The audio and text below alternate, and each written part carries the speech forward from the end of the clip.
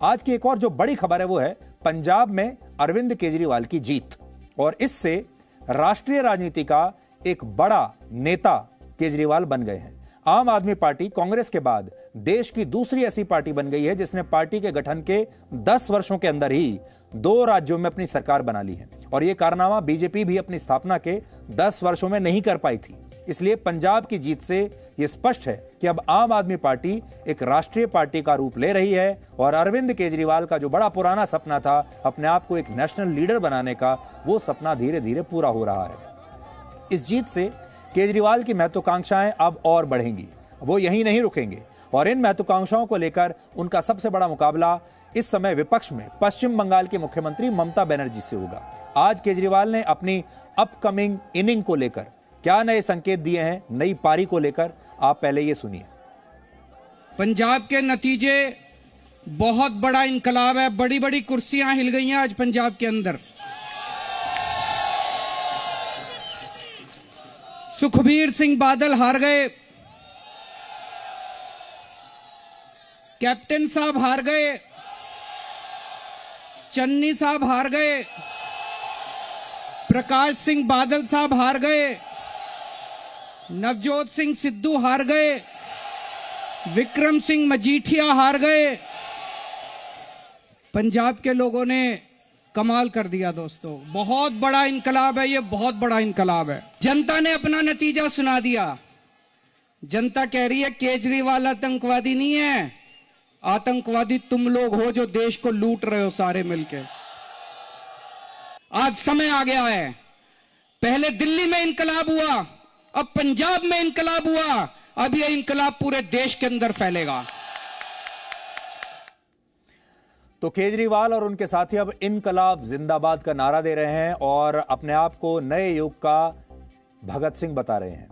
और आज तो उन्होंने ये भी ऐलान कर दिया कि पंजाब में सरकारी दफ्तरों में अब शहीद भगत सिंह की तस्वीर लगेगी और बाबा साहेब अंबेडकर की तस्वीर लगेगी, मुख्यमंत्री की तस्वीर नहीं लगेगी। अब आप सोचिए, ये जमाना, इस ट्रांजिशन को देखिए, बदलाव को समझिए। बाबा साहब अंबेडकर की पूरी जो लेगेसी है और उसकी जो उत्तराधिकारी हैं, वो मायावती अपने आप को मानती थी। इससे पहले बाबा साहब अंबेडकर पर राजनीति बीएसपी करती थी। आज बीएसपी को कुछ नहीं मिला, वो खाली बैठे हैं अपने घर पर, और बाबा साहब अंबेडकर का पूरा कॉपीराइट अरविंद केजरीवाल ने ले लिया है। अब वो इस लेगेसी को आगे बढ़ाना चाहते हैं। और दूसरा, उन्होंने जो नया अपना पोस्टर पकड़ा है वो है शहीद भगत सिंह का। तो आज से शहीद भगत सिंह की भी भारत की राजनीति में औपचारिक एंट्री हो चुकी है, और ये एंट्री करवाई है खुद अरविंद केजरीवाल ने। केजरीवाल का एक बड़ा बयान जो है बड़ा चर्चा में रहा था, जिसमें उन्होंने कहा था कि वो एक स्वीट आतंकवादी हैं। तो बीजेपी की बातों पर सारे राज्यों में तो लोगों ने विश्वास कर लिया, लेकिन जिस कुमार विश्वास ने केजरीवाल पर खालिस्तान का समर्थन लेने का आरोप लगाया था, खालिस्तानी संगठनों का समर्थन लेने का, उस कुमार विश्वास पर पंजाब की जनता ने विश्वास नहीं किया। और केजरीवाल ने जो कहा था कि मैं तो स्वीट आतंकवादी हूं, पंजाब की जनता ने उस बात को मान लिया और कह दिया कि वाकई में केजरीवाल बड़े स्वीट आतंकवादी हैं। ये सारे मिलके क्या कह रहे हैं? ये कह रहे हैं कि केजरीवाल प्लानिंग कर रहा है, 10 साल से प्लानिंग कर रहा है भारत के 2 टुकड़े करने की, और उसमें से एक टुकड़े का ये प्रधानमंत्री बनना चाहता है। मतलब कुछ तुक है इसमें।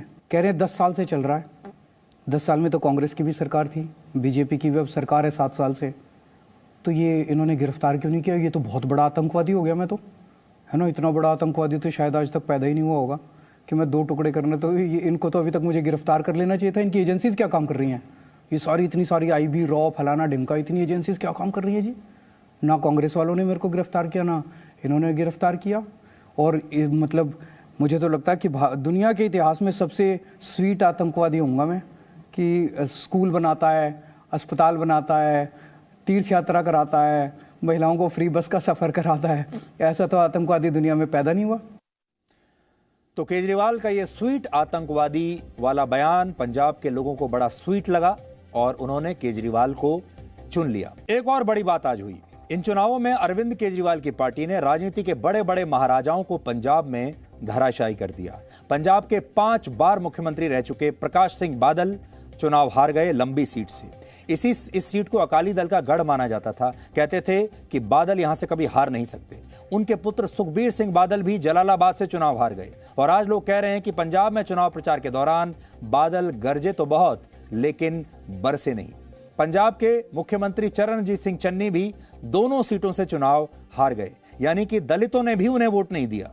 नवजोत सिंह सिद्धू भी अमृतसर ईस्ट से अपना चुनाव हार गए, यानी सिद्धू कांग्रेस के लिए टाइटैनिक जहाज पर सवार उन म्यूजिशियंस की तरह साबित हुए जो ना तो खुद को बचा पाए और ना ही अपनी पार्टी के जहाज को बचा पाए।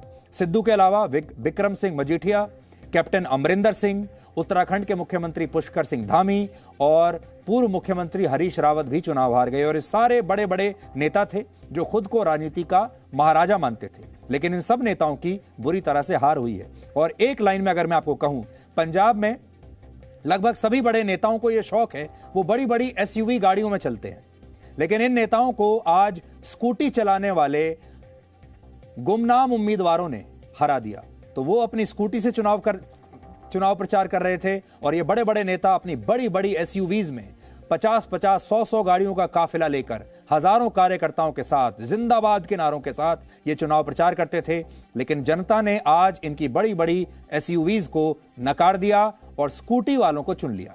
सिद्धू को लगभग 7,000 वोटों से हराने वाली आम आदमी पार्टी की नेता जीवन ज्योत कौर, शायद आपने नाम भी नहीं सुना होगा इनका, ये स्कूटी पर प्रचार कर रही थी। यानी एक तरफ तो उनकी स्कूटी थी और दूसरी तरफ सिद्धू की बड़ी सी एसयूवी गाड़ी थी, लेकिन सिद्धू इनसे हार गए। सिद्धू के अलावा इस सीट पर उनका मुकाबला अकाली दल के विक्रम सिंह मजीठिया से भी था और वो भी इनसे हार गए।